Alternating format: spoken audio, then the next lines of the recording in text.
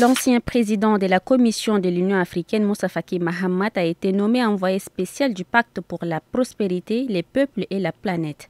L'annonce a été faite par les participants à la 4e conférence internationale sur le financement du développement qui s'est tenue à Séville en Espagne. Cette nomination marque le retour sur la scène internationale de l'ancien Premier ministre tchadien, salué par son engagement diplomatique et par son plaidoyer en faveur des multilarismes renouvelés. Il aura pour mission de porter la voix du 4P dans les forums mondiaux et de mobiliser les partenariats nécessaires à la transformation du système financier international.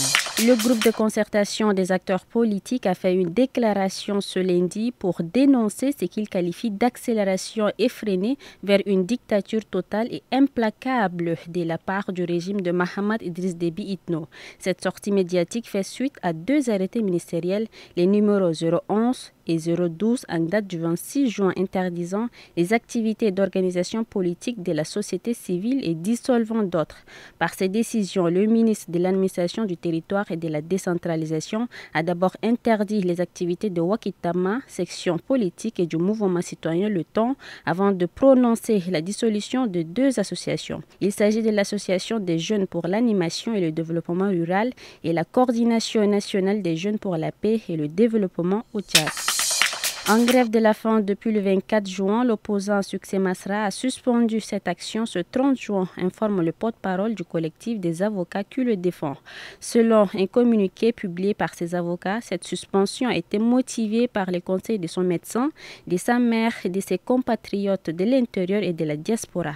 Ils écrivent ceci. Dans les conditions aussi austères que celles de sa détention, le président Succès Masra a joint l'acte à la parole en s'abstenant de s'alimenter ni en ni en mangeant, en ne prenant pas ces médicaments pendant 7 jours tout en restant sensible à la marque de ses compatriotes et puis des valeurs intrinsèques de justice et d'égalité. L'ambassadeur François Moeli Koumba, représentant chef du bureau de liaison de la communauté économique des États de l'Afrique centrale, a présenté la lettre par laquelle le président de la commission de la communauté l'accrédite auprès de la République du Tchad à son Excellence Madame Fatima Aldine Garfa, ministre déléguée auprès du ministre des Affaires étrangères. Cette occasion permettant de rassurer quant à la disponibilité pour travailler au renforcement des relations entre l'organisation et le Tchad. Le nouveau représentant promet de s'impliquer dans le suivi et la mise en œuvre des directives, décisions et autres mécanismes initiés par la communauté dans le cadre de l'intégration sous-régionale.